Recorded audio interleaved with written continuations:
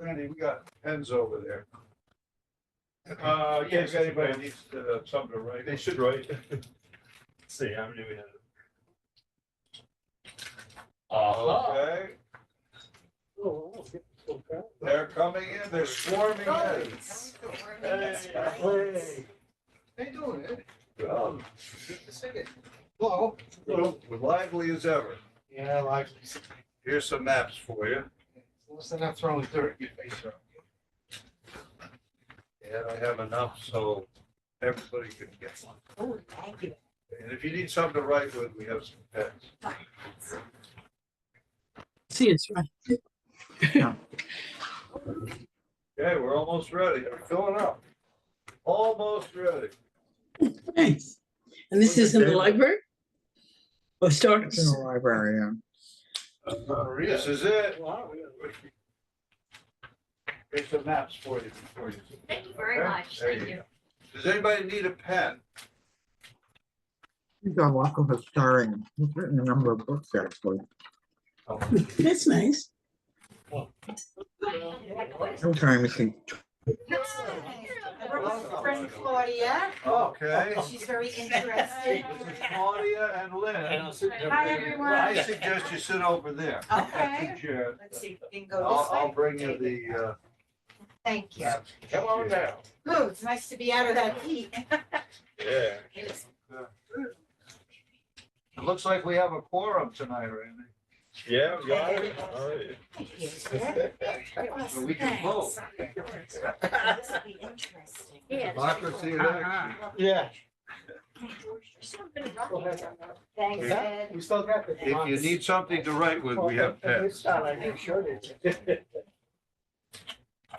There'll be lots of I'm good in homework. his so, slideshows, you know, no. You gonna be on the test?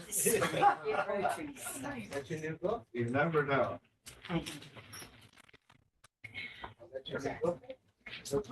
Yeah, that's the first one. Is that the You want I a first? have two pencil, left. Claudia? I have two left. The second one Somebody, is, somebody rolled it down. No problem. And I have a pencil. and really packed with lots of information. And I suggest if you're gonna get the, Iron Water first, what's the title of it, and then get Yes. this. Okay. And it's on Barnes. Randy, do you want me to do introductory, comments? Well, yeah, I mean, you can start off with it, sure, because we're just starting here with the screen, and then we're gonna go into the guy's biography. So sure, Okay. you can start. I want to welcome everybody and really thank you for the turnout. This is fantastic. And what we're doing is celebrating the 250th birthday of the country early, as we should, because you will learn tonight that there was a lot of action in the local area before 1776. So the 2026 is really the aftermath of the stuff that happened in 1775. And you might know that the thing was already heated up in Boston. That was several years, you know, the Boston Massacre and that sort of thing. We're not going over any of that prequel stuff. We're starting with 1775. So this is going to be the launching of our ongoing project that will then spill into 2026 and the events that we have, the library's putting on, and that will be in Central Jersey and so forth. I don't know if you know this, but Dayton used to be called Crossroads. And before it was Dayton, it was Crossroads, and that's on your map. I believe it's on the big map. And the term that they use, and they're going to use, and you're going to hear it a lot in 2026, is Crossroads of the American Revolution. Now, New Jersey steals that, and they call New Jersey the Crossroads of the American Revolution. But the only crossroads in 1776 was Crossroads, New Jersey, now known as Dayton. So we actually own Crossroads. Okay, and that's a little known fact that you need to spread around and brag about, that we are the crossroads of the American Revolution. Now, when I get finished with you tonight, Randy gets finished with you, you'll believe that we are the crossroads of the American Revolution. I might exaggerate a little bit. I know Charlie always checks me on that. And Randy always agrees with me, so we make a With good team. reservations. We make a With good team. reservations. Yeah. Okay, so Randy, let's get started. Okay, we're gonna start with the biographies here, and let's see if I can figure out the right screen to move on to here. Sorry about this. Okay, so we're starting off with Philip Schuyler. Are you good with that? I'm good with that. I don't have much information on Philip Schuyler, other than he passed through South Brunswick in June of 1775. He's a wealthy man. His daughters were infatuated with certain military officers during the American Revolution. I think he had 3 eligible daughters at the time. And I think he's a New York guy. And he accompanied George Washington on the journey that we're going to talk about tonight. That's basically what I have to say about him. Okay. So he's one of the outstanding people who came through South Brunswick at the time. The people from New York are moving down into the suburbs. Yes, yes, Kendall Park. It wasn't entirely built at the time. Yeah. So do we have a book, a diary by him or some such, or is he just somebody we know? I know Schuyler did some writing, but I'm not keen on him because he didn't come from the local area. So so I don't have much on him. And I don't think he was outstanding in the Revolutionary War as far as a military person. But being wealthy, he gave financial backing to the thing, sort of like Robert Morris. And some of the wealthy types out of Philadelphia and so forth, they're going to bankroll the revolution. And some of them are going to go bankrupt in doing it. Schuyler did not go bankrupt.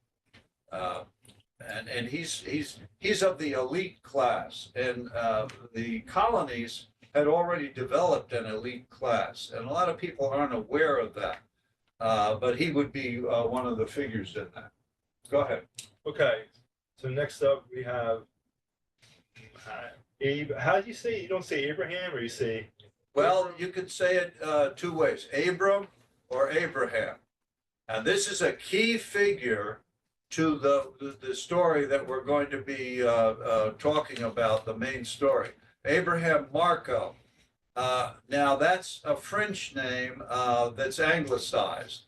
It originally was Marceau, and his grandfather was a Huguenot, and the Huguenots were the Protestants who were abused and messed up in France. And his grandfather escaped and went to the West Indies. And Abraham Marco inherited some land on St. Croix. And he had 4 plantations on the island of St. Croix in the West Indies. And I guess I could give some bio information. Here's some maps that you can use. Very good. Time. Let me see where my notes are on him. Oh, here we go. He had 4 sugar plantations and over 100 slaves. His first wife was Elizabeth Kenny Rogers, of a very elite family in St. Croix. Now, St. Croix at the time is a Danish territory, a Danish possession.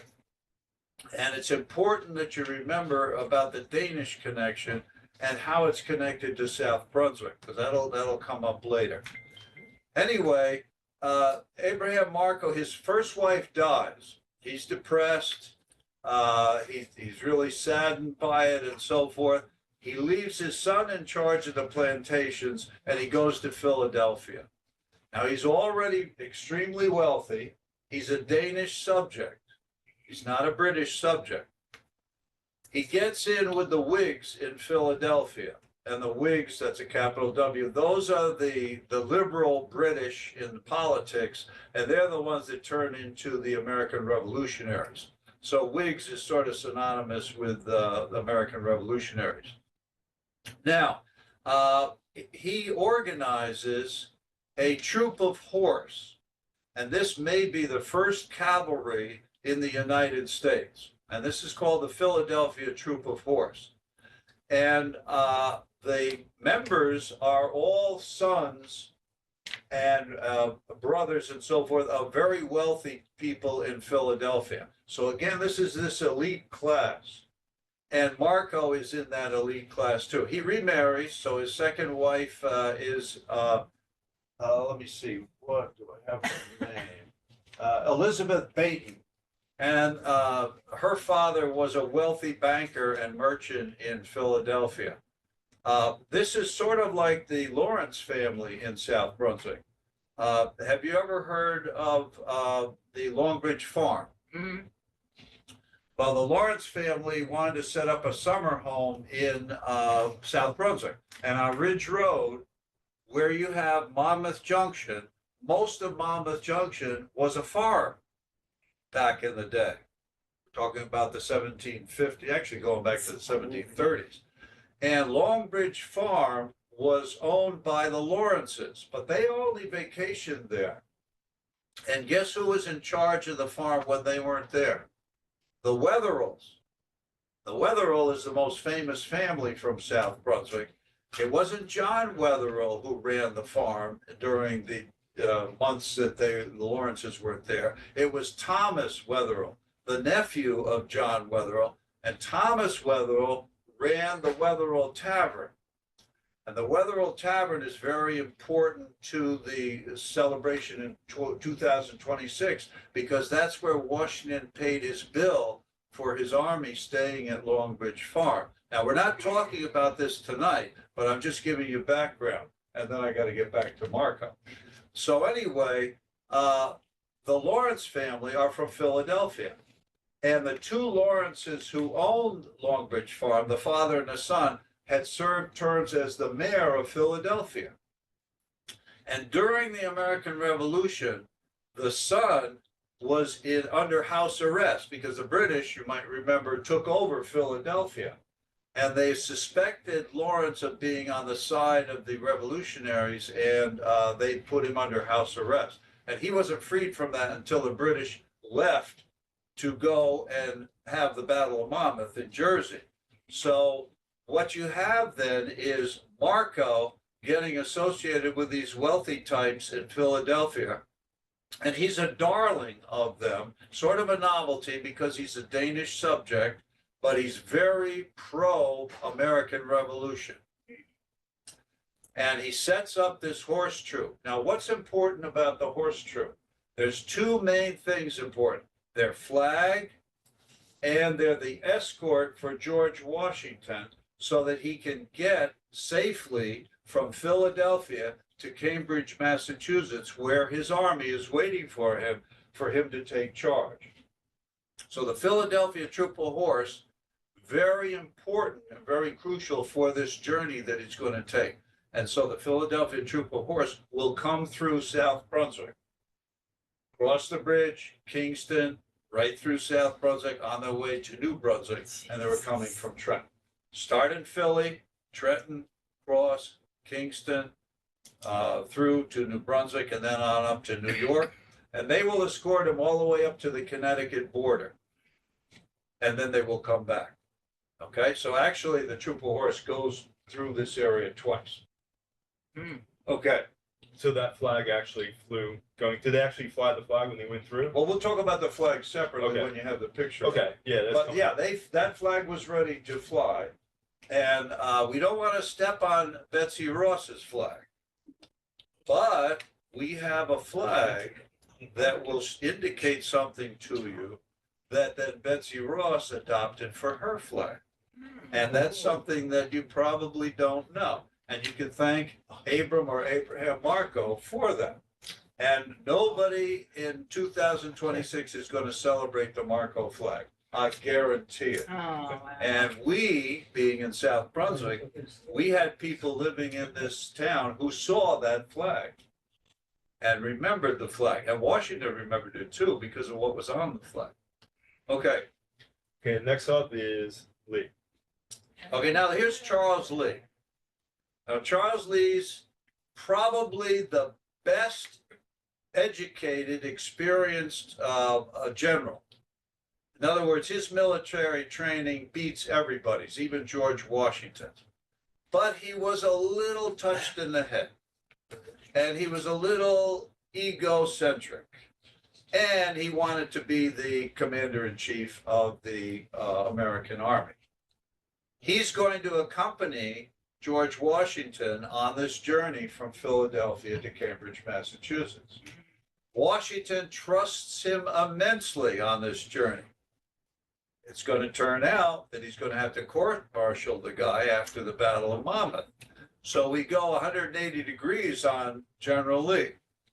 He's a darling of George Washington's in the beginning, and then he's a devil for George Washington by the time you finish with the Battle of Monmouth.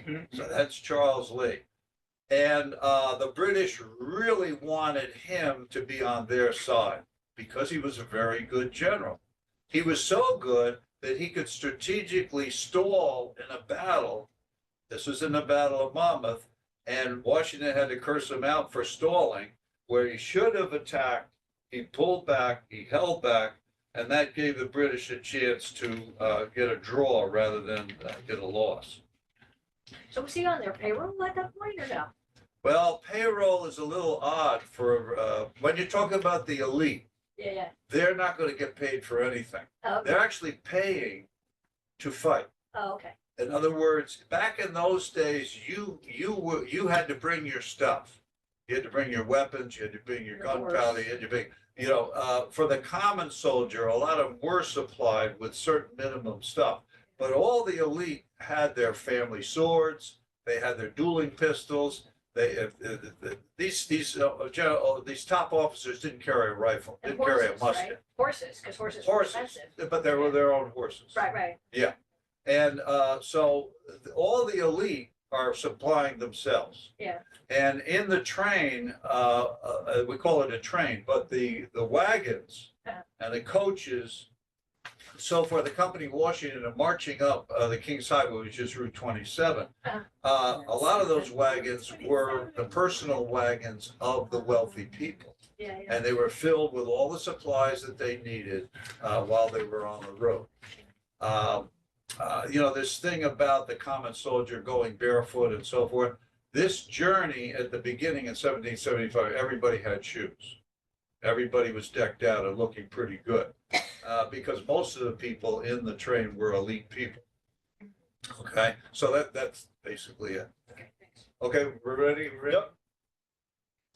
Okay, so Sherman's next. Okay, now Roger Sherman, he's going to accompany Washington on this journey.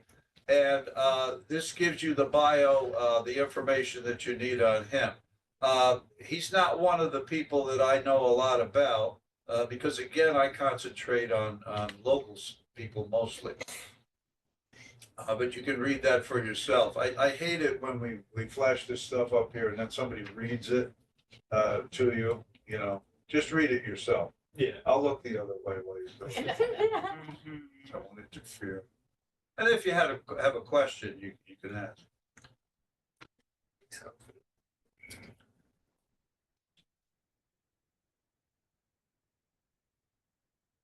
Okay, time's up on the reading. That's it. I've had enough. Notice that he's more of the political type of person than the military type of person. And there were several people in the train who were delegates to the Congress. This was the Second Continental Congress at the time. This is the one that John Hancock was president for. And what happened here was some of the people were going back home. So they were some of them were New England delegates. And so they were joining Washington going back and dropping off the train when they got to close to where their home was. So Sherman was that type. And just a little side note on John Hancock. In my book, 13 Stripes, I start off with John Hancock thinking that he's going to be the commander-in-chief. He did have some desire, as they say in the biographies and so forth. But John Adams gave a nice speech and said that we really need somebody with lots of military experience. And he looked around the room and his eyes fixed on George Washington. He said, "There's your man."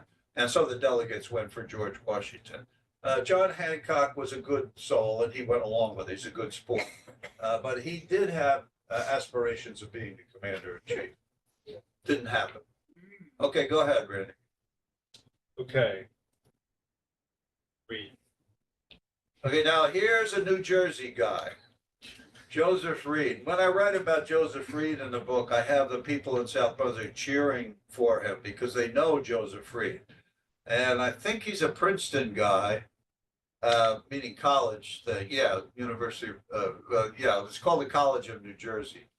And so he's very well educated. He's got some money, and he has a very good relationship with George Washington. But you notice down there it says the fractured relationship between Reed and Washington, because Reed was involved with a scheme to overthrow Washington and put somebody else in place of him. There were about 4 or 5 generals who wanted to be commander-in-chief. And it wasn't easy for George Washington to stay as commander-in-chief. He had to convince a lot of people that he was the man. And like I say, Charles Lee was one of the ones who wanted to take over. And Reed was involved in one of the plots. They made up after a while, but he goes from real hot relationship with Washington to cool and then hot again. And he did have a officer's position during the American Revolution, but he's a New Jersey hero. He came through South Brunswick at the time we're talking about. Okay, go ahead. So we're talking about biographies here. We want to cover Krauss too, because his Krauss was. Well, Krauss. he's a separate deal. He says, okay, He's a that's good, separate because I deal. don't have to switch things around. Yeah, Okay. You say that's anything okay. about Cadwalader? You know, there's a. Cadwalader, yeah, he's forming the militia in Philadelphia at the time. And Cadwalader thinks he's as smart as Charles Lee. And he messes up in the Battle of Princeton. So Cadwalader gets a grade of C- in my great book of generals. Mainly because he kept bugging Washington to put his militiamen from Philadelphia in the battle. Put him in, put him in, put him in. And he arrived late for the Battle of Trenton. So he was there for the second Battle of Trenton. And Washington said, no, you keep your men back behind the artillery. And if I need you, I'll call on you. The British were trying to get across the bridge on Assunpink Creek. And that they failed. So they didn't need Cadwalader. So Cadwalader's bugging him all the way to Princeton. And Washington finally says, okay, you can go in and fight the British. Well, the militiamen all charging and all that. And Cadwalader has this idea, I'll cross the men. So the men on the left, this will confuse the British. They'll veer to the right, and the men on the right, they'll veer to the left. Well, they all bumped into each other. It was a clown show, and the British picked off a whole mess of them, and they panicked as soon as they saw the bayonets, because the American soldiers, if they feared a weapon, it was the bayonet. And the British were very good at using the bayonet. Very bad shots with the Brown Bess. That was the name of their musket. The Brown Bess tended to shoot high. And so their best technique was the shooting in the volley and then charging forward with the bayonets. That's the thing that got Mercer, the bayonet. And so when they were charging with the bayonets, the Cadwalader's men all ran away and hid in the woods. Half of them went all the way back to Philadelphia and never went with Washington the rest of the way. So never got to Kingston across the bridge. And you won't hear a lot about that because it makes Cadwalader look bad and it makes the Philadelphia militia look bad. And if Washington didn't rally the soldiers at the Battle of Princeton, we would have lost that battle. I And- must have- And There's a park in Trenton that's named after Cadwalader, and it's Yeah. a beautiful park. Yeah, that's right. Designed by Homestead. That's right. Well, anybody who's But But he wealthy, must have did something right. yeah, he may have a lot of money. Anybody who's wealthy and was in the American Revolution has something named after them. But you're here so that you know what happened. Now, I do tend to exaggerate some stuff, but that's where you come in, sifting this from this and so forth. And I'm telling you how it is. Now, how important was this to the Princeton Battlefield Preservation Society? When the Einstein Institute wanted to build houses encroaching on the battlefield area, guess whose map was first used to prove that there were American soldiers in the area where the Einstein Institute wanted to build? Yours. My map, which was a crude map, cruder than this, that I had given to the people down in Princeton. And they called me up and said, we want to use this map. Is it okay? I said, sure, fine. And where did I get my information from? Sources in Pennsylvania who wrote about the American Revolution, and they wrote about Cadwalader and the militia. And where was the militia's artillery hiding? In the woods, at the edge of the woods where the Einstein Institute was going to build. And I had my map with the cannon, the artillery showing right there, the militia standing around and so on, waiting to go into the battle. Okay, so they used that, and that was one of the things that they won in the Corps, not because of my map. They had a lot of other good information too, but that was a start. That was very early on in the thing. Okay, so that's my bragging rights. Did I get any money for it? Absolutely nothing. And I don't care. Yeah, you got something better. Yeah, right. I got intrinsic reward. Okay, go ahead for the next one. Okay, so now, oops, I had to go. Oh, you want over to? here. Yeah, we had to go out of. Okay. So we're gonna this start is- with the Post That's Rider. a good start. Now, why are we showing the Post Rider here? Because this is the very first thing that we should be celebrating. And this is 2 months before the journey that we're mainly talking about. Battle of Lexington and Concord, April 19th, 1775. How many days did it take for news of that battle to get to New York City? How many days do you think? Fast. You're on the right track. In other words, several days. Yes. It took 4 days for the news to get to New York from Lexington and Concord. Okay? Now, you know about Paul Revere, you know about some of the other riders up there, but there was a post rider coming out of New York City. Name has been forgotten in history. He was to get the word about those battles to Trenton. And then the rider from Trenton would then go down to Philadelphia. He rode on King's Highway, which is Route 27, and I estimate that he rode on there 23rd, 24th, 25th of April. So that's our very first event that we should be celebrating. When that post rider comes down the road, which you know is Route 27, and goes past the Devil's Featherbed and down the hill, okay, past the Higgins, into Kingston. He probably stopped in Kingston. I would if I were going to Trenton. I would make a stop in Kingston, and then he headed down to Trenton. There's a post office there. Yeah. That's right. But the post rider, everybody knows what a post rider is. That this is the guy that delivered the news, the mail, that sort of thing. And he usually delivered to a tavern, and then people would come to the tavern and pick up their mail and newspapers or whatever the case may be. But that's the very first thing. So that's why we're showing that, and that's 2 months before Washington's famous journey. Okay, and now we're here in Philly. Okay. Now the delegates are meeting, and this is where George Washington gets picked to be the commander in chief. And let's see, this is on June 15th. June 15th, 1775, after Adams' speech, and they had a debate as to who was going to be the commander-in-chief, Washington is picked. Marco is told, remember Abram Marco, he's told on the 17th. He's got a big mansion in Philadelphia. I think it's up by the Schuylkill River. And he designed it himself, and it was sort of like a plantation. And he was a slave owner. And his second wife had a child and was expecting another child at this time. So he's all ingrained in the Philadelphia society and all that stuff, hosting big balls and so forth. And so he's got his troop already ready to go. And he is asked, I believe it's by Mifflin, and we didn't mention Mifflin in your listing characters. Yeah, okay. Yeah, that's okay.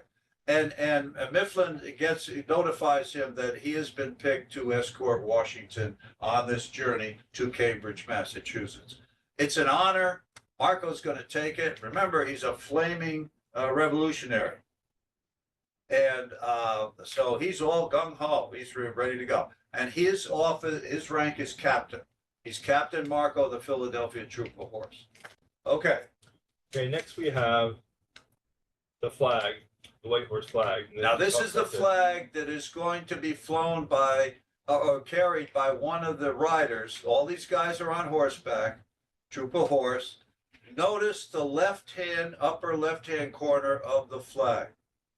This is the first flag that had 13 stripes. And Marco did that on purpose because he claimed that each stripe was one of the colonies. And by doing this, what the symbolism is, the colonies are united. That's what the 13 stripes mean. The colonies are united. Now, he didn't have the colors that are on our flag, which we have in the room here, so you can compare. His were blue and silver. Blue and silver. And I have a detailed reading.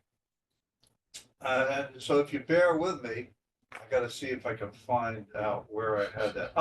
35 to 36. Now, I didn't make up this part of it. I took this from various sources. And in the book, I have the flag, and then I have the description of it. So as you look at the flag, I'll explain all the parts of it.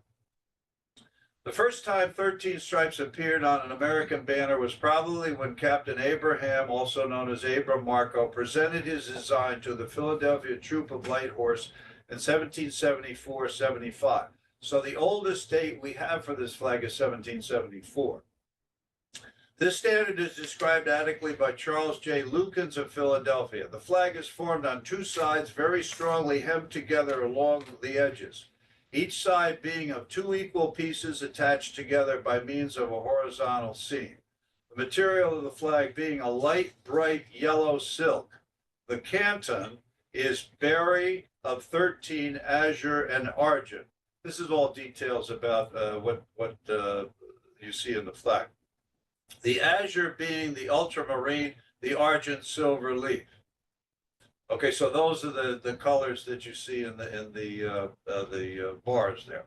The achievement in the center of the flag is azure, a round knot of 3 interlacings with 13 divergent, wavy, belly, double foliated ends, or whereof 2 ends are in chief and 1 in base as per margin. The scrolled edging of the shield is gold, with outer and inner rims of silver. Crest without a wreath, a horse's head bay, because there are cavalry, with a white star on the forehead, erased at the shoulders, mane sable, bitted and rosetted, or a bridle azure. Over the head of the charger is the monogram LH. Beneath the shield, the motto, LH is for light horse, of course. The motto for these, we strive, in black Roman capitals of the Elizabethan style on a floating silver scroll, upon the upcurled ends of which stands the supporters, Dexter, a continental masquerading as an American Indian.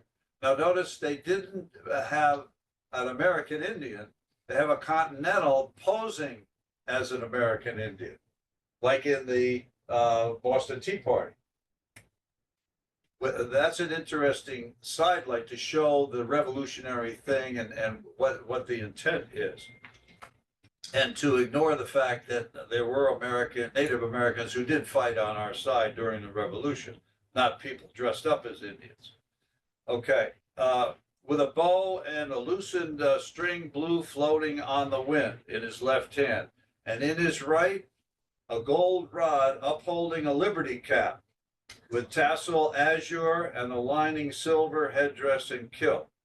The Indian name is Gakaha, of feathers, the former of 5 alternately of gold and dark red. Now, what do all these details mean? These details could have been on our American flag. You know, Washington could have said, I like the stripes and I like the whole rest of it too. I like that flag. Let's go with that. And so we could have had this whole flag.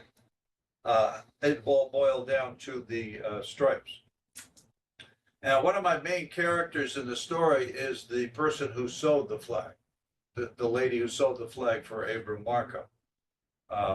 She unfortunately is working for the British and is a spy. The quiver is of gold supported over the right shoulder by a blue strap. Its arrows are proper. A Continental officer's crescent, gold suspended around the neck by a blue string, rests just where the clavicles meet the sternum. The moccasins are buff with feathered tops, alternated dark red and gold. The Indian has deep black hair, but his skin is intermediate between the Caucasian and the Aboriginal hues, rather inclining to the former, and his cheek is decidedly ruddy, almost rosy. He approaches the shield and profile, as does the sinister supporter, that's on the left side of the flag, which represents an angel of florid tint, roseate cheek, with auburn curly hair and blue eyes, blowing a golden trumpet with his right hand and holding in his left a gold rod. His wings are a light bluish gray with changeable flashes of silver. His flowing robe from the right shoulder to the left flank is purple. These supporters, not being heraldic in position and motion for human or angelic figures, their left and right action have the natural and not heraldic significance. And what can you say about the flowers around the edges? That was added later. So this flag, I don't know who suggested that, but to get this finished, he brought it to somebody in Philadelphia who was into designing things and so forth. He was an engraver, and I think that was when the vines and so forth were added. That of course detracts from the revolutionary feel of the flag and so forth. But I guess they thought it was a nice touch, so they went with it. And notice it doesn't interfere with the stripes in the corner, so it doesn't go all the way around. But you're the only ones in the United States who are going to get this information. Okay, so consider yourself Someone blessed. that reads your book. Well, you've got to go to Barnes and Noble if you want to do that. But no, I don't suggest you get that one first. I would get Iron Water first. And because that gives you bios of all the characters. This one doesn't give you the bios of the characters. Okay, Randy, we're all set. Okay, so we're back on our journey now, and we're in Bristol. Okay, so the journey has started. We're going from Philadelphia up. We're headed towards Bristol. We arrive in Bristol. This is one of the colonial landmarks in Bristol. And let's see, where am I?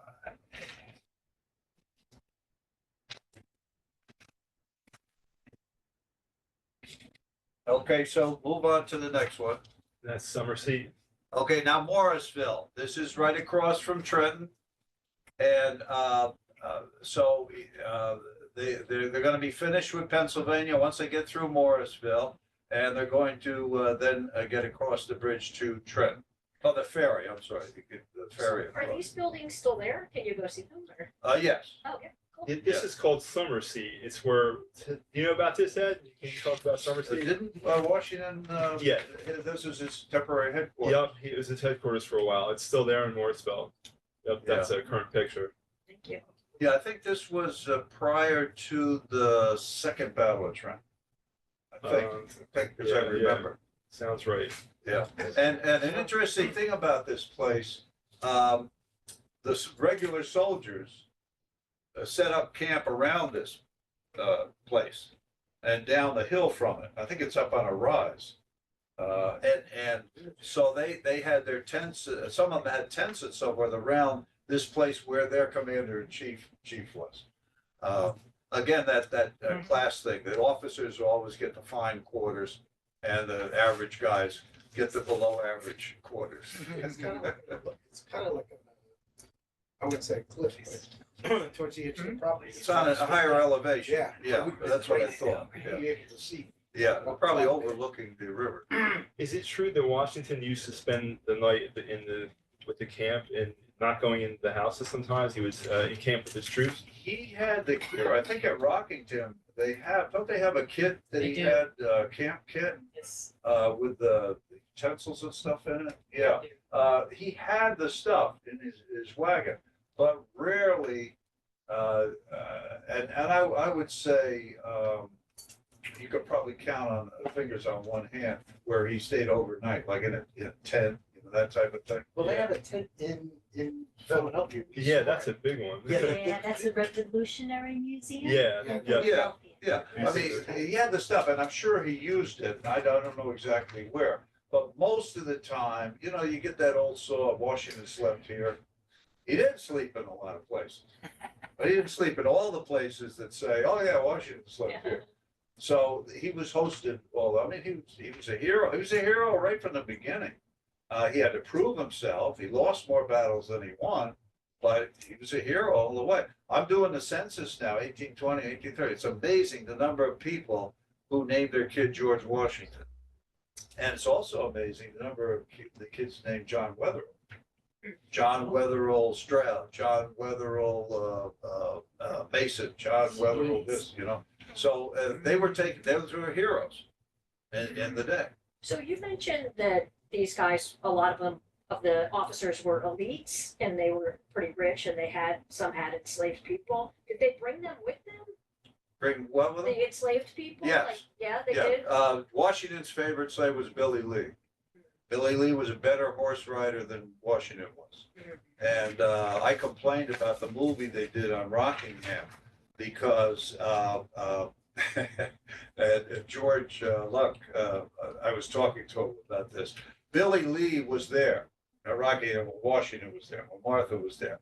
And Billy Lee was like in charge of the horses. Billy Lee could have been a famous horse jockey. He was that good. And they didn't have anybody black who were riding the horses in the movie. And I brought it to their attention. And George told me they didn't have enough horses for the movie.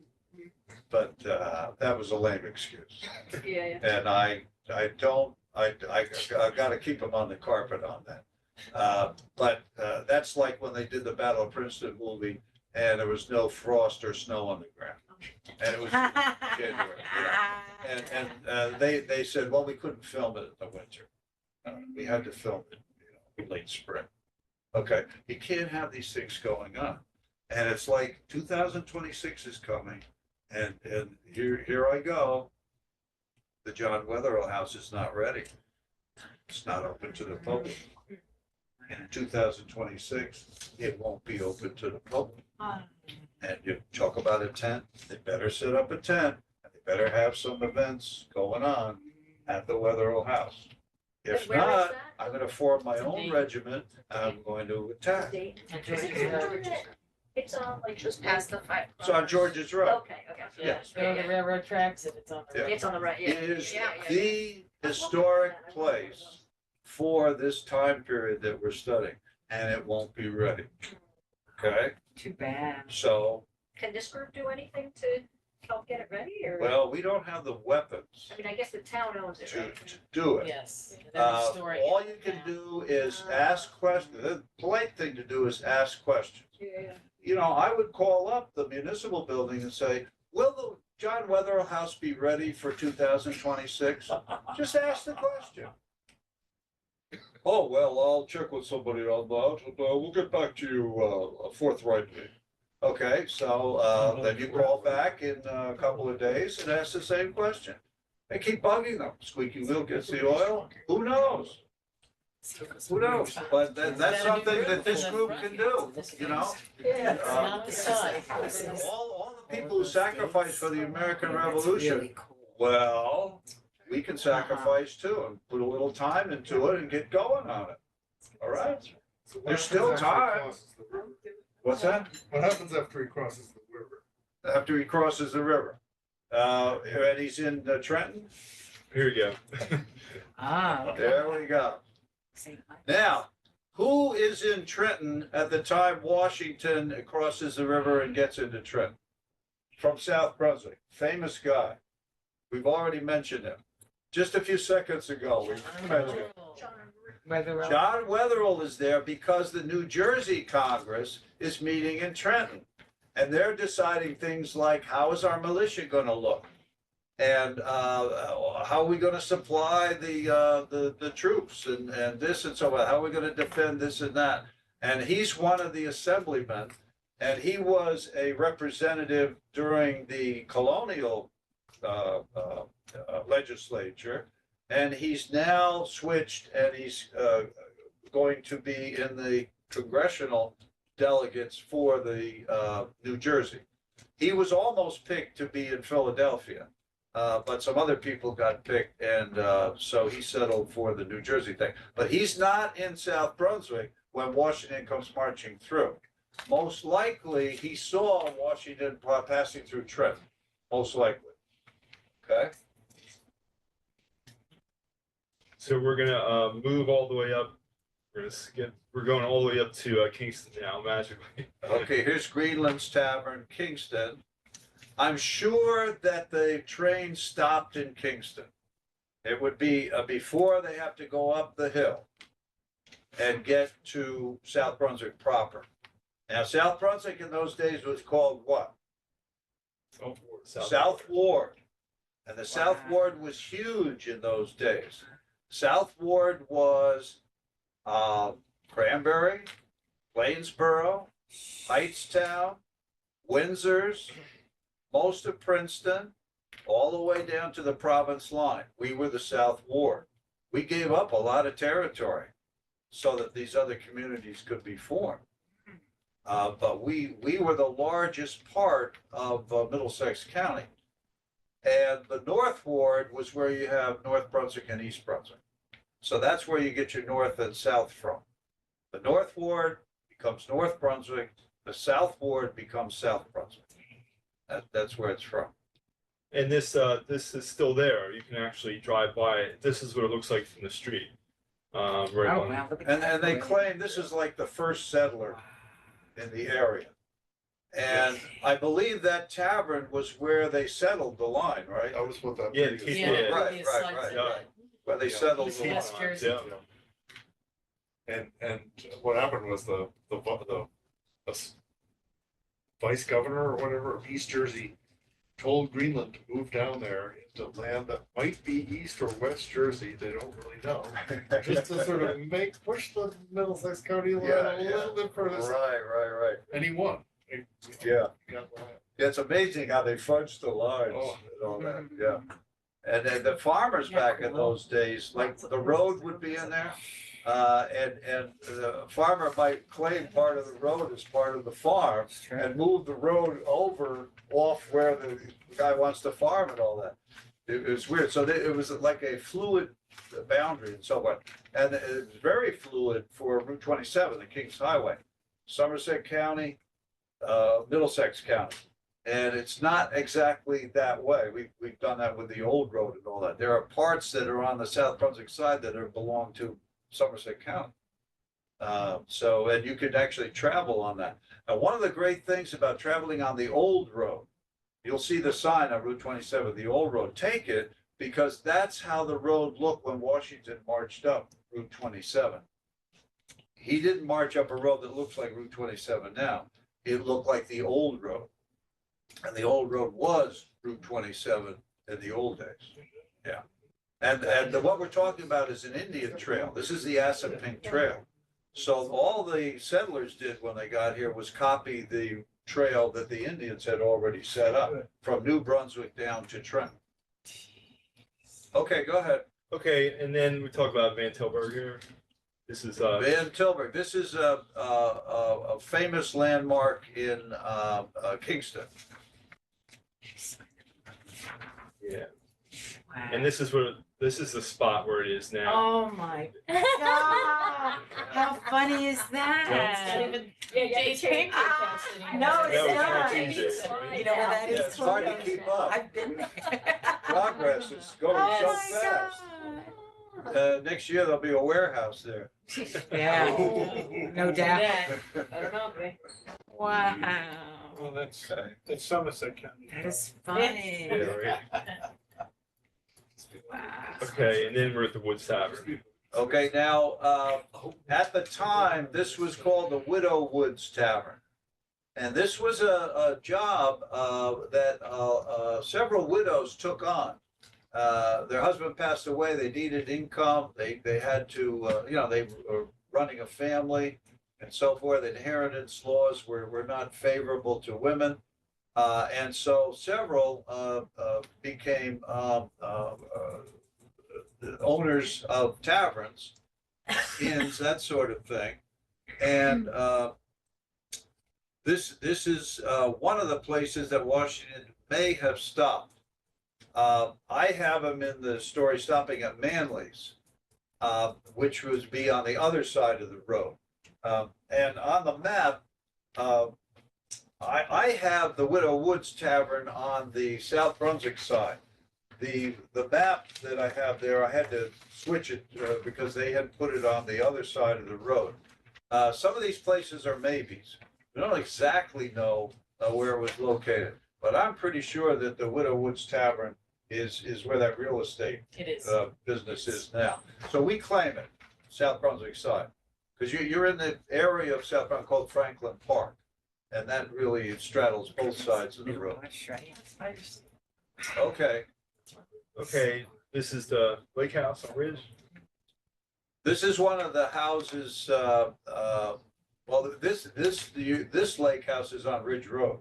Mhm. Washington wouldn't go there. Okay, so it's a This different. trip. It's a different lake house. There Okay. were lakes. If you check the other map, if you check the map, the Brahms map, you'll see the numbers there. You see where you have 45 to 34. See on the right side of the road, that would be your South Brunswick side, and all those people would be South Brunswick residents. The ones on the other side, if we're going to say that that's the border between the two counties, those would be Somerset County residents. And that stretch goes from, I think 10 Mile Run is in the wrong place on this map. But if you go from 10 Mile Run to 6 Mile Run, and the 6 Mile Run church you should read there, not the stream. The 6 Mile Run is down further or up further on this map. And this is a problem with these maps. Who do you trust? And you got to keep in mind, if the map was done in 1766, which is one of our first maps, it's so messed up. I remember one of the maps has Heathcote Brook running into Lawrence Brook, and like they're flowing together, and they can't empty in two different places. They got to, if it's a stream, it's got to empty in one place. Right. But the person who did the map had them connected, and so you got to be careful with the maps. But you get an idea as to who's on what side, and these are the potential families who witnessed at the time the March of Washington through South Brunswick. Okay, so if you take 45, you're talking about the Donaldsons, the Van Dykes, the LeBray is actually Blake. because they took the French name and they Americanized it, and they made it Lake. Okay. So LeBray and Lake are really the same family. Dallas Hageman, you have something on I have Dallas? Hageman, but it's a little bit further on. Oh, okay. Did you want to talk about, can you talk about? Okay, Maine? here's Manly's. Manly's was near the 6 Mile Run Church. And the 6 Mile Run Church was moved from 6 Mile Run, which is the top part of that stream on your map, to a more southerly location, because their first church was down actually where 6 Mile Run crosses the road. And they moved it up and they kept the name. So 6 Mile Run is not where the church is, but the name of the church is that. Anyway, Manly's is right near the church. And I think that what was the one I was talking about? The one that I thought was the one that was torn down. Chauncey's. Was it Chauncey's? Chauncey's, was, yeah. yes, it Chauncey. was. I think Chauncey's was the current name of what was Manly's. Okay, and do you know the story of Chauncey's? That was around at the time you were around and all that. A excavating crew came along and they tore down the wrong place, and they tore down a historic landmark. Oh. And it was Chauncey's that I believe was Manly's Tavern. And whoops, we made a mistake. Wrong address. They were supposed to tear this down. They tore this down instead. It's a pot dispensary now? Yeah, well, they rebuilt it. There's a new structure there and it's a pot Oh, yeah. dispensary there. This is on 27. Yeah, on the It's prime real Somerset estate. side, Prime real Franklin estate. Park side. It was empty there for a long time. Yeah, Yes. yeah, yeah, but so what? You know, it could have been preserved. Yeah. And it had history to it too. It's a great preservation. Okay, so we're all set on that. Okay, and I don't have Williamson's Tavern, but I do have, Yeah, You're right. on your map, where you have, I think it's right up here, isn't it? 46. Yeah, Jones on the 1776 map. It's got Jones. It's where 518 starts from 27. Yeah. Right at the crux there, that's where Williamson owned a tavern. And that's featured in another story that I wrote. And he was an influential guy. The Williamsons were big time operators in the area. And he was in the 2-county thing because he's right on the fork there, Somerset County and Middlesex County. So that's another place that they passed. yeah, and this is, I just happened to find this, looking around for the tavern. I couldn't find the tavern, but what I did find was this. It looks like they actually moved the wheelwright shop into East Jersey. Do you know that? Yeah, Have you no, seen it? we've been in it. Okay, East so. Jersey Old yeah. Town. That's a great place to visit if you haven't Yes, very visited it. nice. Yeah, almost every weekend there's something. Yeah, they restored pretty well some of the stuff. They have it clustered, you know, it's all close together. So it moved from South Brunswick to up there. So I thought that was interesting. I just happened to find it looking around. Yeah. Okay, go ahead. In Van Dyke House, you have anything to say about Van Dyke? Just the Van Dykes were a big family in South Brunswick. There were actually 2 branches of Van Dykes. One down, the mansion is in Plainsboro now, but it's right on the border, where Mapleton is just south of Kingston. And that was the Matthias Van Dyke branch of the family. And then you have the Van Dyke branch on Davidson's Mill Road. Was it Road Hall, Davidson's Mill Road? Yeah, we're by the turnpike. Right. So, and it's the same family. That's this one, I think. They This were is the- big farmers. They had several slaves. I think it is. And both houses, the Van Dyke one on Davidson's Mill is still there. And that's preserved. And then the one on just where Mapleton Plainsboro is, that's still there. And that was the house that the nursery there, what's the name of the guy? The nursery, famous nursery. Oh, Nursery. Flemmer. Flemmer, that's where the Flemmer family had their house.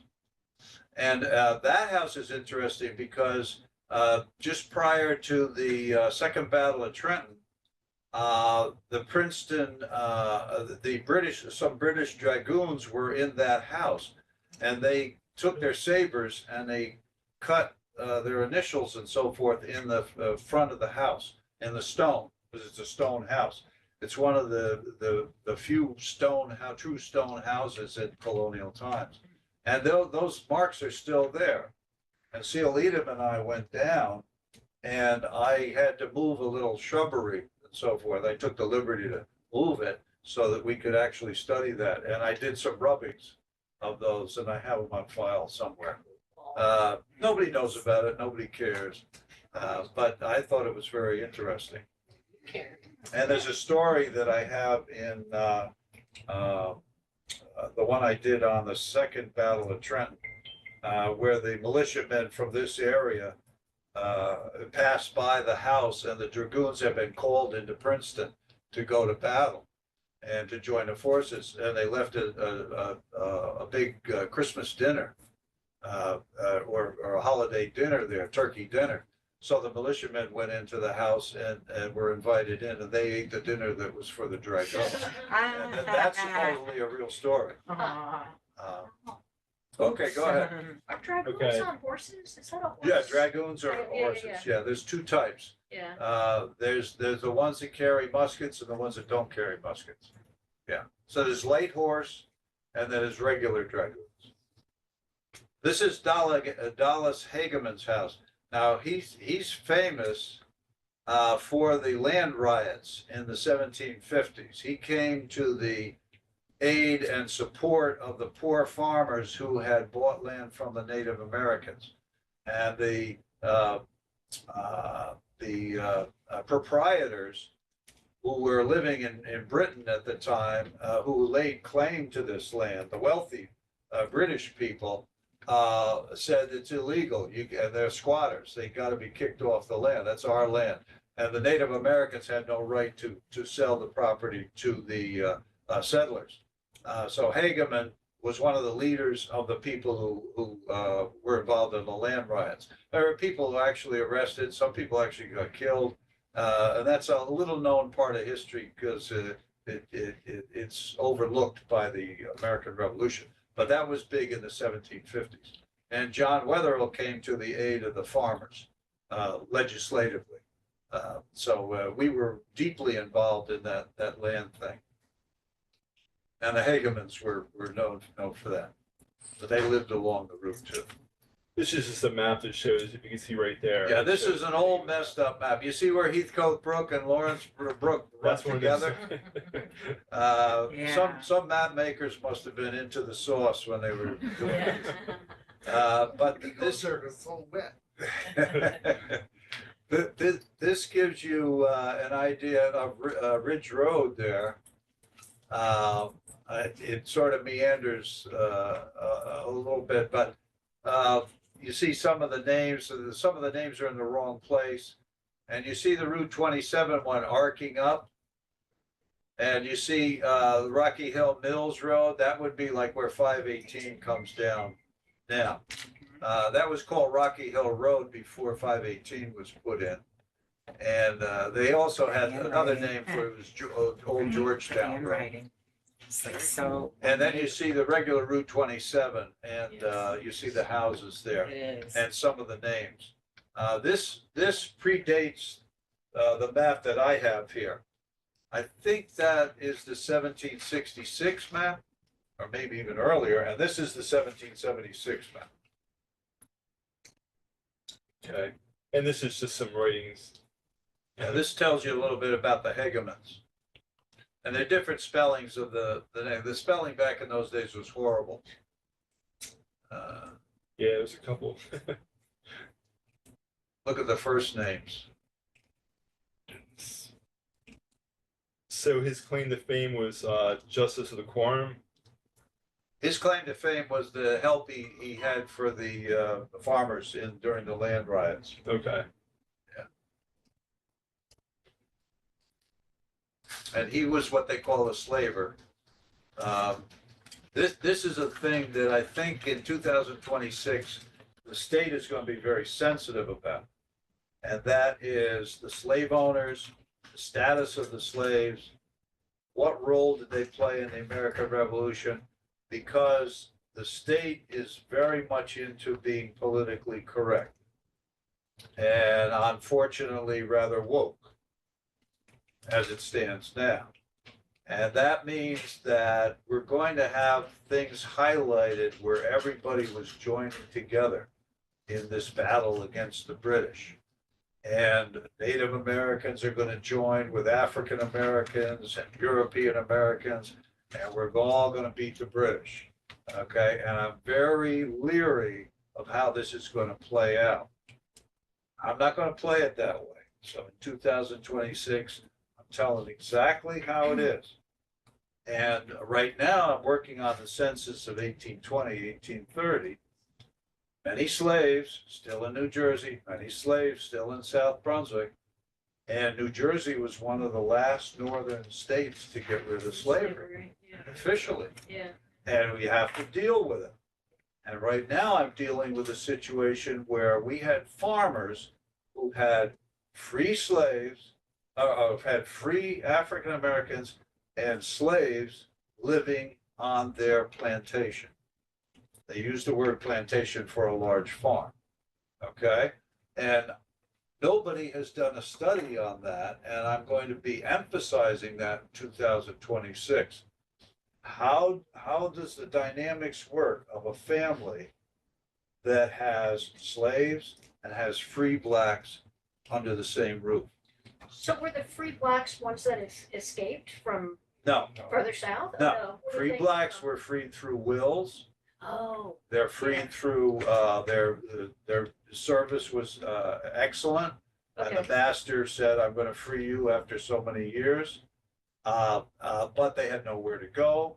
So Right. they stayed with the family that freed them. yeah, And the farmers needed workers. right. And just because they were freed doesn't mean that there was no need for the workers. So there were many free blacks who stayed on the farms And got paid? after they were free. And got paid or? Uh, Like, Well, women they got or- paid in kind. like Yeah, in other words, salaries in those days Yeah. were, come on, let's forget about it. Right, But meals, clothing, right. healthcare, whatever the case may be. I'm working now on the Cranberry Presbyterian Church marriages. And it's interesting when a black married a black and how they indicated whether they were free or not. And they would say, and usually you could tell they'd have a first name but no last name. So let's say that Horace, no last name, of John Wetherill, married Lucy of Caleb Strong. Okay. The of meant that they were still slaves. If they were free, then they would indicate that, or they would have they wouldn't say that they were of anybody. And so, and they usually would have a last name by then. And it's interesting, I'm finding that we had about 12 to 14% of the population of South Brunswick was African American. That was about 1820, you said? Yeah, Take the farm behind us, Titus Farm. Titus Farm. Thomas Titus is one of the most famous ones. And yeah, that's one of Kendall Park's claim to fame. Yeah. You know, don't leave Kendall Park out when 2026 comes around. There are places. Okay. Okay, let's move on. Okay, Higgins. Okay, Jedidiah Higgins, he's also known as Jedediah Higgins. And you, again, you could read the stuff about but the Higgins family is claimed to be the first family in South Brunswick. It's not true, but it's good to say because it's around the year 1700, so it's a good place to start. Good round number. So 1700, this associates Higgins with it. He's a land surveyor. He sees the land, makes a deal with the Native Americans, trades for many, many acres for a sow and her piglets. And then the proprietors say, hey, wait a minute, you can't get that land. And so he's one of the ones that was involved with the land riots. And this is just the way it looks now. And there's the Picture Higgins called in the house. sixties, yeah. You pass that anytime you go in 27 there, Amish market, whatever. That's the old how it looked, and that's how it looks today. Yeah. Cemeteries across the street. And a cemetery, the family cemetery is across the street, and he owned land on both sides of the road. So that's why we claim him in South Brunswick. Yes. And now we're Still in there. New Brunswick, where our part of the journey concludes, right? We're exhausted after that. We're gonna do the Kraus thing after? Yeah, well, we could talk about Kraus, because I didn't know, I know he wasn't part of, people who marched through, but let me go back to the Kraus. Right, let me wrap up the journey, Randy. Okay. Stay on here, okay. Interesting thing, this was a 300-mile journey from Philadelphia to Cambridge. How long would it take if you got into your car and went from Philly to Cambridge? How long would it take? 6 hours or something, 6 maybe? Yeah. According to the computer, which I don't use very much, 5 hours and 18 minutes. Okay, if you're making it at a good clip, Yeah. all right? It took George Washington 10 days. Wow. Go the same distance. That's probably not bad. Yeah, I was actually, thinking, that's not that bad. And that's not bad, right? thanks to the Philadelphia Troop of Horse. Okay, because they're the ones that really set the pace. And George Washington writes in his letters, the Washington papers, that he was ticked off because there were delays from Philadelphia to New Brunswick. And that involves us. But he doesn't specify what the delays are. So you have to buy the book to find out what the heck. What delayed him? Probably Cadwalder and Trenton. But there's a logical thing that you can sort of figure out. First of all, the weather was not cooperative. It was very warm. It was somewhat moist, a lot humid, some rain. Okay, and that would make the roads horrible, and that would slow you down. Okay, but that's a given. And Washington wouldn't write that the delays were because of that. It had to be something else. And the thing that I would leave you with that makes common sense is the hill where the Devil's Feather Bed is. That is what they call in scientific terms a ball buster. Because back in those days, many times you had to get out of your wagon, you had to get out of your coach and walk up the hill while they lightened the load so the horses could get up the hill. And coming down the hill, controlling the horses and all that and going, and it was not a straight thing in those days. It was a problem. And so I think that one of the delays was that hill. Which hill is this, the one in Kingston? As you go down to the Amish market, Oh, right. okay, and you're Come coming. up from the river. Right, and then you go down to the- right. And that has been smoothed and leveled and stuff and straightened Yeah, but that was a big. from the time that Washington, that's why I say take the old road to see, because the road's coming up and then it swerves over like this. Okay, and then back on to where you have 27 going into South Brunswick proper. But that gives you a feel for how the road really was. And I'm just saying that's a possibility.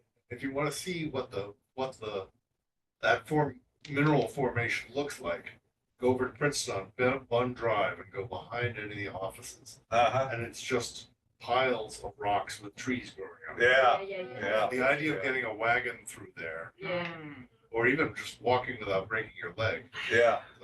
Yeah. There's a lot of points to 27. Yeah.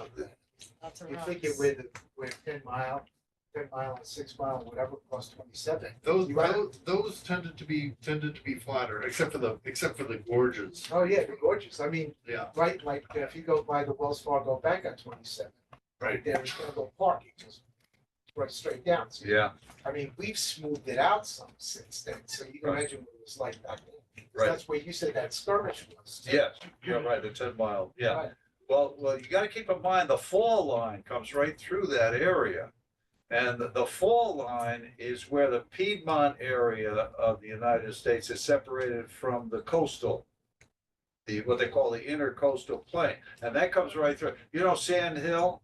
Sand Hill's an anomaly, because it's not supposed to be there, but it's there. In other words, if you take the quarry and you take the rocks there and you call it Sand Hill, there's this big giant uplifting and they don't know how it got there. But it's there. And and we call it Sand Hill. And supposedly where that water tower is, that's the highest point in South Brunswick. And on a clear day with no pollution, you can see New York. That's what they say. I don't But know. I've you never know, climbed up. if that's the highest point though, when you're sitting there with the light, you could see that on the southbound side, it's a little higher on the other side of the street. So, yeah. Yeah. So I pointed it out to somebody, a family member. I said, "There's the highest point in South Brunswick." And they said, "Well, look, it's higher right here on this side of the street." So, yeah, you're There are right. several water towers in South Brunswick. Yeah. And the one that is the highest, it's hidden back in Raggedy or Regina. Raggedy. Well, it's either Raggedy or Regina. Yeah, on that old road thing. That it's hidden, it's very well hidden. But they added that water tower because of the needed more pressure than Yeah. what they could get on a major road. Yeah. But yeah, the big thing on that is that's the highest point on Route 1. Yes, right. Between Maine and Florida. And in actuality, if you go back behind Burger King, and you go back to where the warehouse is back there, and you look, you go to Dip that. down. You Yeah. can see. Yeah, that's the fall Well, line. That's the fall line. And it's properly named. And that fall line goes from Maine all the way down to Georgia. And we're part of that. We're part of that thing. So it's a big deal. Okay, so anyway, it takes him 10 days. Horse traveled in those days on average 20 to 30 miles Okay. before having to come to a rest, that sort of thing. And so you could see the segments of the thing as Washington went on the trail. Now I divided all the miles from between the main things, so like where the stops would be, but I don't need to go over those.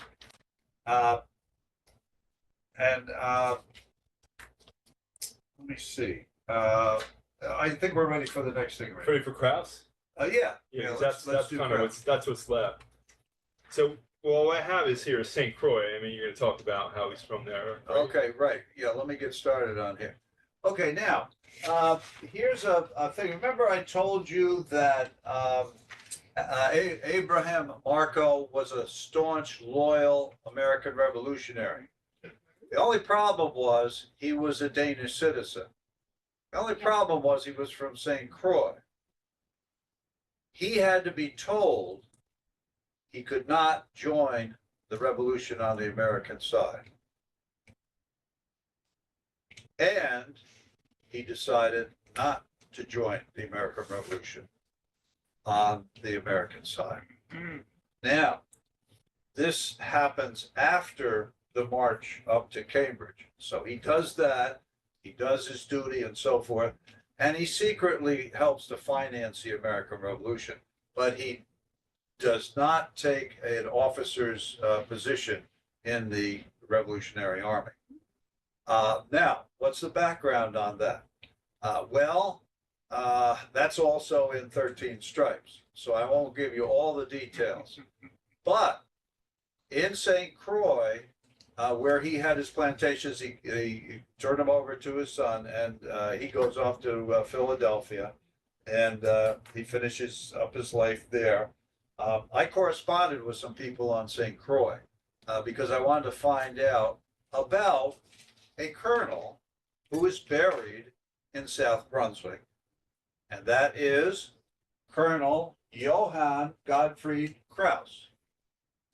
He's in the Probasco Family Cemetery And, you know where Dean's Road Hall Road is? And you go down, over the turnpike thing, and on your right, there's a fenced-in area where a warehouse is behind it. And just before you get to the Wawa down there on Cranberry South River Road, his stone is still there. All the Probosco stones are disappeared, can't be found. And Randy and I, no, did you go? Yeah, we went there. We Yeah. went, we got into the thing. Now, the warehouse company has promised to keep upkeep at the family cemetery, because the Proboscos have gone down to South Jersey. There's no Proboscos in the area anymore. But they were a colonial family, Dutch family. And anyway, Krauss was buried there. Now, how did he get there? And what's his connection with Marco? Well, that's a part of this story that I wrote to make the connection. Krauss knew Marco from St. Croix, and Krauss comes to Philadelphia, and he has to journey to New York. He takes the lower road.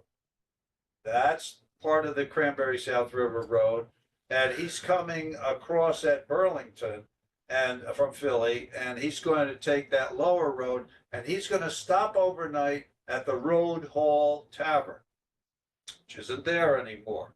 And Road Hall is part of South Brunswick. I don't know if you've heard of it, but it could have been a section of South Brunswick with its own identity, like Dayton, like Deans, like Kingston, but it didn't develop. And so Road Hall was on both sides of that Cranberry South River Road. Anyway, he stays at the Road Hall Inn, and he dies in the Road Hall Inn. And how he dies and why he dies there is in the story. They can't ship the body across colony lines. So they can't ship the body to Philadelphia. They can't ship the body to New York. They can't ship the body to a ship to go to St. Croix because the sailors are too superstitious and they won't allow a dead body on a ship. So he's got to be buried where he died. And so they bury him in the Probosco family cemetery. So the Proboscos volunteer their cemetery so that he can be buried there. Now, they don't put a stone there. They put like a stake across, whatever the case. And many years later, somebody thinks of the bright idea of putting a gravestone there, because this guy must be a hero of the Revolutionary War. He's a colonel. Now, he was a colonel in the St. Croix Home Guard. He was one of the founders. Big deal, okay? And he had a, now, you know, wealthy people and being a colonel, you could buy the title. Okay, but he's a full-fledged colonel, okay? So these brain trusts, whoever decided to put the stone there, put that he died in 1776. That looked like he participated in the American Revolution. He died in 1775 at the same time, okay, same month, so forth, that Washington was traveling up to Cambridge. So the stone is wrong. Now, you can't really read the stone anymore. It's broken, yeah. It's dated like heck. Yeah. But we have, Yeah. if you get the book, you get the whole story about the stone, and this is what the stone looks like now. Oh, you got it right there. Okay. And what I did, I had to cheat a little bit, and I darkened in a little bit where it says Godfrey. So you could see that his name is on the stone. Okay. But the weather, because it's just face up to the weather and flat, you know. And he's probably not buried there. They had a big thing, and if you find it, the New York Times made a big deal out of it. They had a group saying that when the turnpike was going through and being improved and all that, that they were encroaching on the cemetery, and they weren't allowed to do that. And so there was a fight over whether the turnpike could go through because Krauss and some Proboscos were buried there. Well, forget about the people who were buried. The turnpike went through, and that's why you have easy access through New Jersey. But you have a lot of, if you go to this cemetery off of Boston Commons, like Boston Commons is here, there's a church there, and then there's a cemetery back there where where John Hancock and Paul Revere are buried. Uh-huh. They tell you right away that there's stones where the people are buried, if I'm not mistaken. Yeah, right. The stones are just there, and Right. the bodies are someplace. They're there, just Right, and this is a farmer's field, and usually the burial place is where they can't farm. It's too rocky, or it's this or that. And it's on a rise if you go to see it, and you can park on the entrance to the warehouse, the back entrance to the warehouse. And you can walk it's a few yards up to where the fence is. The gate is around on the back side. And you can open the gate, you can walk through there all you want, but it's really, it was messed up over Yeah, there. it's pretty Bottles weedy, and yeah. crap and garbage and Poison all ivy. that. So the warehouse, they don't give a crap. They don't even know about grouse and all that, but you do. And that's another thing, keeping our cemeteries, especially our family cemeteries, accessible, neat and clean. Maybe something the scouts should do on a yearly basis.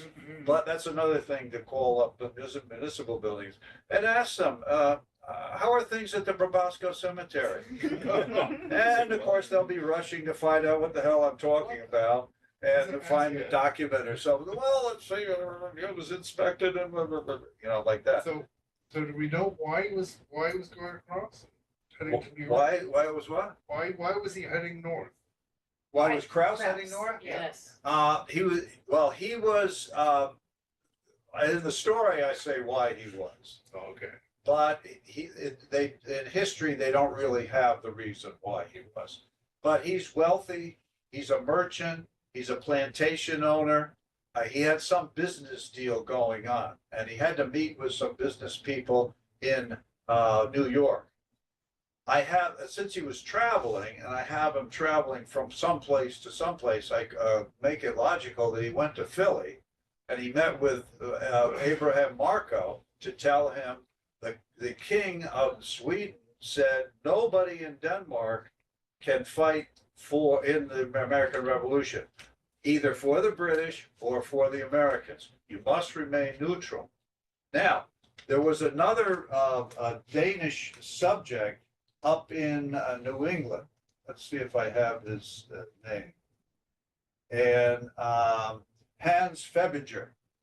And Hans Febiger became a high-ranking officer in Washington's army. And he was very good. So he defied the king. Now, the king of Denmark at the time is Christian VII. And he's a nutcase. And he's a great person to read about because he was almost ended up like a babbling idiot. And his wife was cheating on him with the doctor who was supposed to be treating Christian. And the rumors in Denmark was that she was pregnant by the doctor. And guess who she was? She was the sister of King George III of England. wow. And the marriage was supposed to make Denmark loyal to Britain. And so during the revolution, British were ticked off at the Danes because they refused to take sides. And the Queen Caroline Matilda, she was called the English Rose by the Danish. She was exiled because of the scandal about the pregnancy with the doctor and so on. The doctor, they took care of very surgically. They removed his head, put it on a stake, and put it in a public place so the Danish citizens could see what happens if you mess around with the queen. And then they drew and quartered his body, what was left of it, and then they threw it in some pit or something. And the Danes didn't fool around. That's where the Vikings come from. So they were still involved in it. And the Danes on St. Croix were brutal to the slaves. Oh, yeah. Brutal. And there was some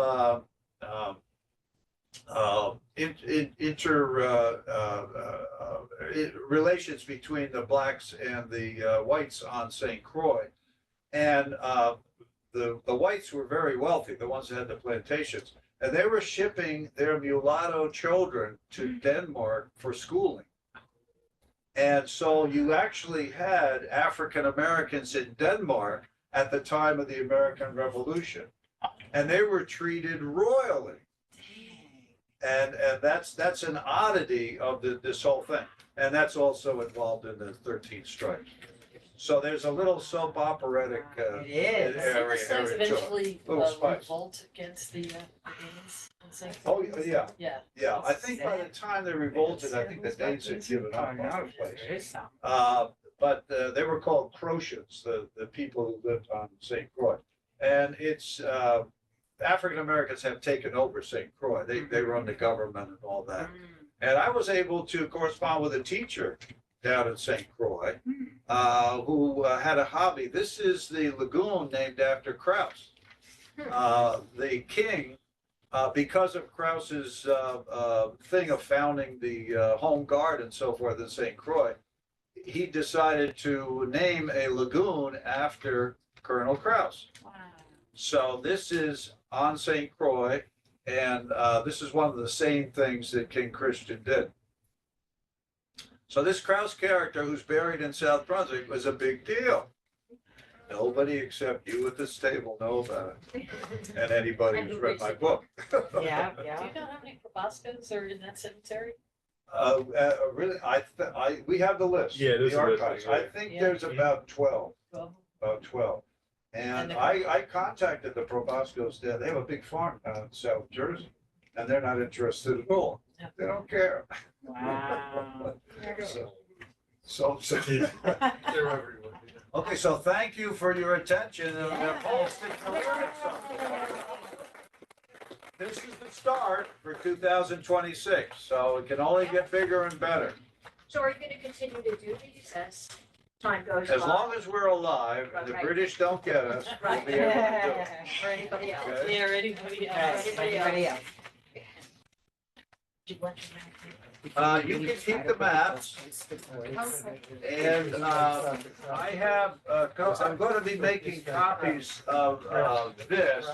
Oh, yeah. This is about the Revolutionary War participation in Middlesex County, zeroing in on New Brunswick. I did this quite a while back, but I added some poems to that. And this is the African American experience in Middlesex County during the American Revolution. I don't have them bound yet, so I can't hand them out to anybody who wants them. But I will have those ready the next time we have a Zoom conference. You said the first book was called Iron Water?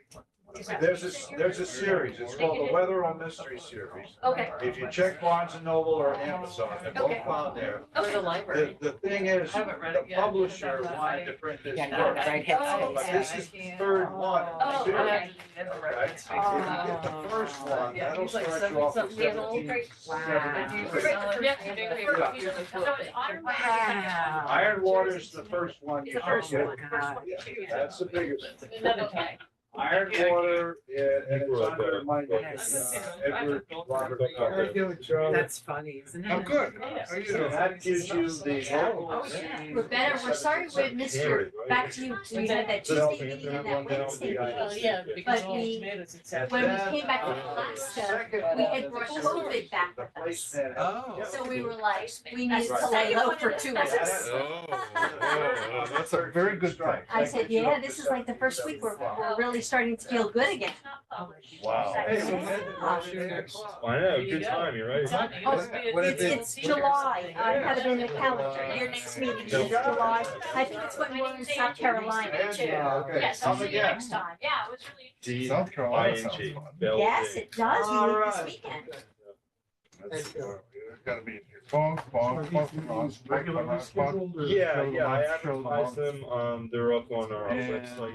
and it's Did you register night? for this one? Yes. Um, Oh, or no, it's you know a what? Tuesday, isn't it? Maybe No, not. no, it's Wednesday, you're right. Wednesday. Email?